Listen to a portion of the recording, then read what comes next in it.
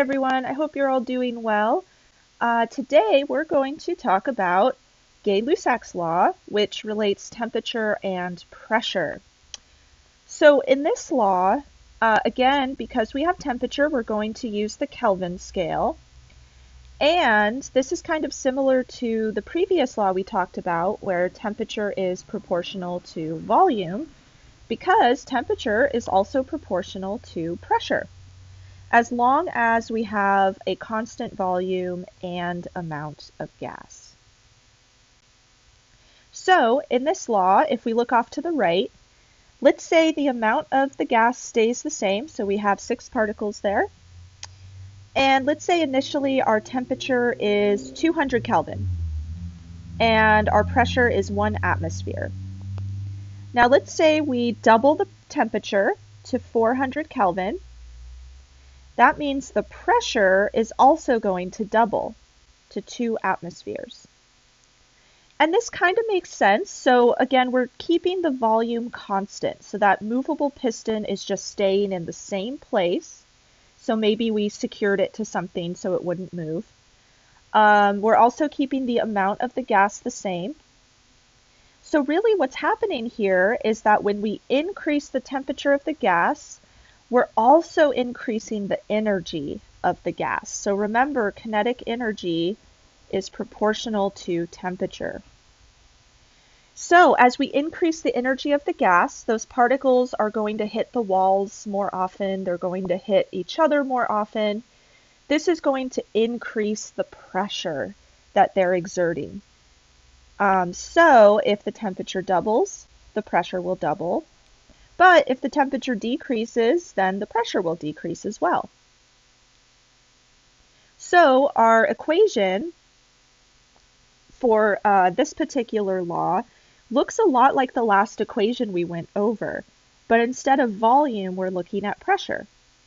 So this equation is P1 over T1, and that's equal to P2 over T2. All right. So let's use that in an equation, and this is going to be really similar again to the last equation we used. So let's say a gas has a pressure at 2 atmospheres, or of 2 atmospheres, at 18 degrees Celsius.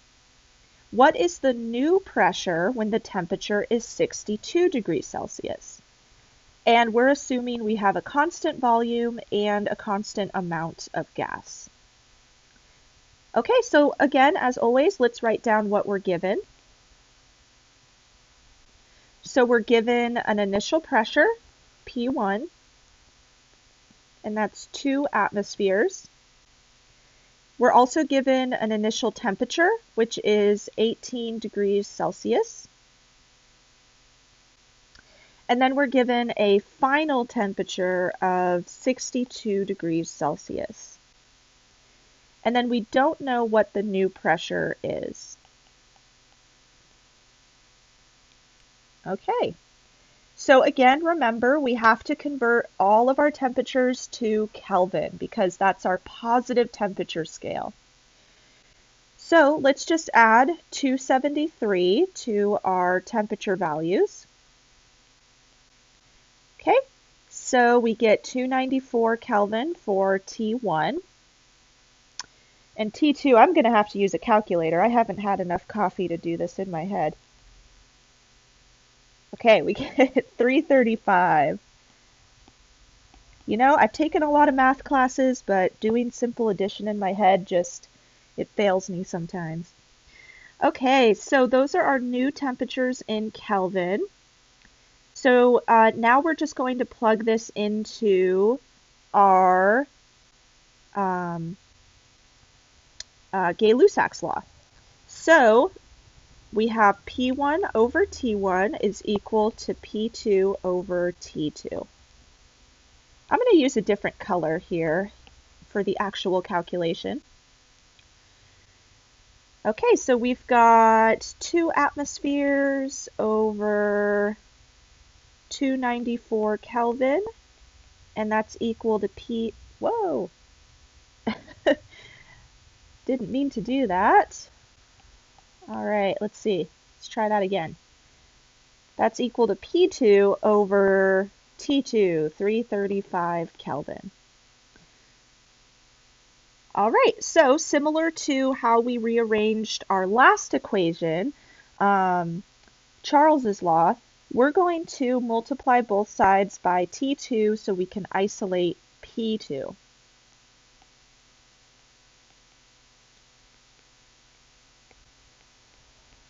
All right, so that cancels 335 on the right. And now P2 is equal to 2 atmospheres times 335 Kelvin over 294 Kelvin. So Kelvin will cancel, so we'll be left with atmospheres, which makes sense because that's a unit of pressure and that's what we're solving for. Okay, so let's plug this into our calculators and see what we get. So 2 times 335 divided by 294. All right, so I get a value of 2.2789, etc. atmospheres. Okay, so let's figure out how many sig figs our answer should have. All right, so how many sig figs does 2.0 atmospheres have? 2. What about 335? That has 3 sig figs. And what about 294? That also has 3 sig figs. Okay, so we're multiplying and dividing here, which means we want to limit our answer to the smallest amount of sig figs. So we're going to limit ourselves to those first 2 digits. Okay, so that will give us 2.3 atmospheres. Okay, so that's our final answer. Now let's double check that that makes sense. So we just said that pressure is proportional to temperature. So if pressure increases, temperature will increase. If pressure decreases, temperature will decrease. So in this case, temperature is increasing from 18 degrees Celsius to 62 degrees Celsius. So will pressure also increase or will it decrease? Oh, my dog's drinking water in the background, so sorry if you can hear that. So pressure should increase if temperature increases. So we went from 2 atmospheres to 2.3 atmospheres, so that makes sense. Okay, and here are the solution slides so we can see if we did it right. Yay, we did it right. Okay. So let's do another problem. Let's say that a gas has a pressure of 645 torr. Oh, that's a new pressure unit we haven't used in a while. And that's at a temperature of 128 degrees Celsius. What is the temperature in Celsius if the pressure increases to 824 torr? And we're going to assume that the volume and the amount of the gas remain constant. Okay, so before you try this on your own, because I'm going to encourage you to try it on your own, remember we have to convert Celsius to Kelvin when we do our calculation, but at the very end we have to convert it back to Celsius because that's what the question is asking for in particular.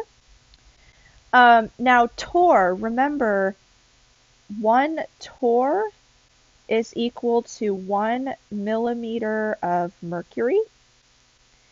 And the relationship there is 1 to 1. But it actually doesn't even matter here because when you actually plug these values into your equation, they're going to cancel out. So the units will cancel. But just remember, torr is equal to millimeters of mercury.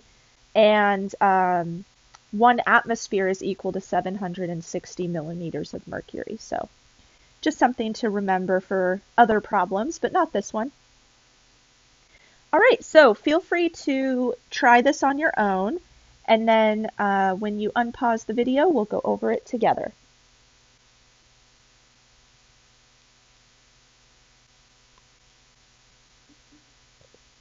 Okay, so let's write out what we're given. So we're given an initial pressure, P1, of 645 torr, and an initial temperature of 128 degrees Celsius. And then we're told that the pressure increases to 824 torr, so that's P2. And we don't know what the new temperature is. All right, so again, we have to convert Celsius to Kelvin.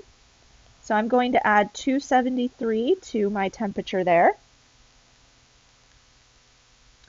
Okay, so I get 401 Kelvin. All right, so now the next step is to plug all of this into our equation. Okay, so we're trying to isolate T2. So let's actually rearrange this equation first, and then we'll plug our values in. That might be a little bit easier. Okay, so I'm going to multiply both sides by T2 just to kind of get it up in the numerator there.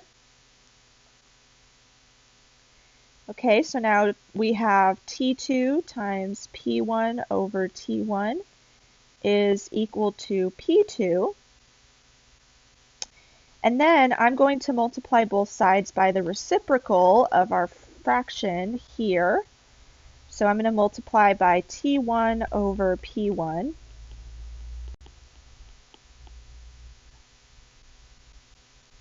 Okay, so T1 cancels, P1 cancels.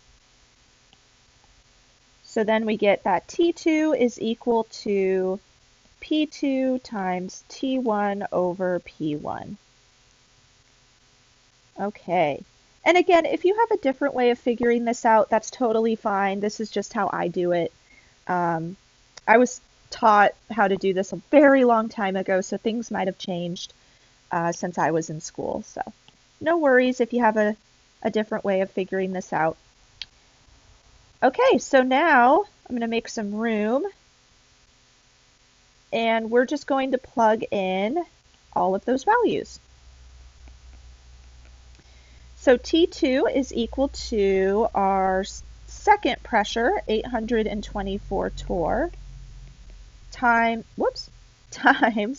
our temperature in Kelvin, 401 Kelvin, over our initial pressure, which is 645 torr. Okay, so the unit of torr cancels, which we wanted, because now our final unit will be in Kelvin. Okay, so let's plug this into our calculator. We've got 824 times 401 divided by 645. Now, all of my values have 3 sig figs, so I'm going to limit my answer to 3 sig figs. So I've got 512 Kelvin as my answer. However, remember, we want our final answer to be in Celsius. So I'm going to subtract 273 from my temperature in Kelvin, and that will give me my temperature in Celsius. All right, so I get 239 degrees Celsius. Now let's see if that makes sense. So we know that pressure and temperature are proportional to each other. So if pressure increases, temperature increases, and if it decreases, then temperature decreases. So let's see, we went from 645 torr to 824 torr, so the pressure did increase, so that means our temperature should also increase. And it looks like it did, so we went from 128 Celsius to 239. Great, so that makes sense. Okay, so here are the solution slides, and it looks like we got the same answer. Awesome. Okay, so let's summarize the laws that we've learned so far. So far we've seen that pressure is inversely proportional to volume. We've also seen that volume is proportional to temperature. And pressure is also proportional to temperature.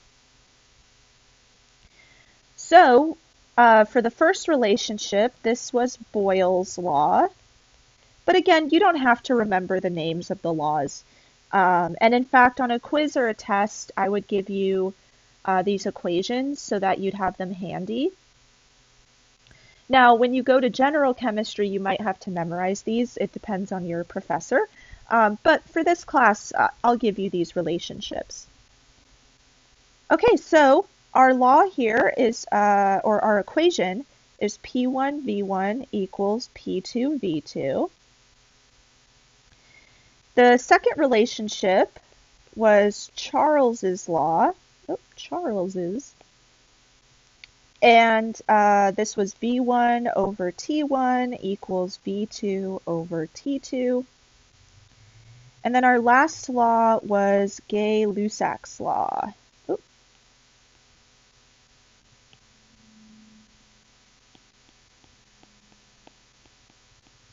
And this law was really similar to Charles's law, except we were looking at pressure instead of volume.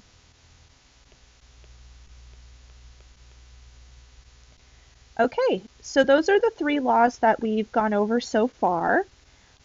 Next time, we're going to combine all of these different relationships together into one single law. So that will be the combined gas law. So we'll talk about that combo law next time.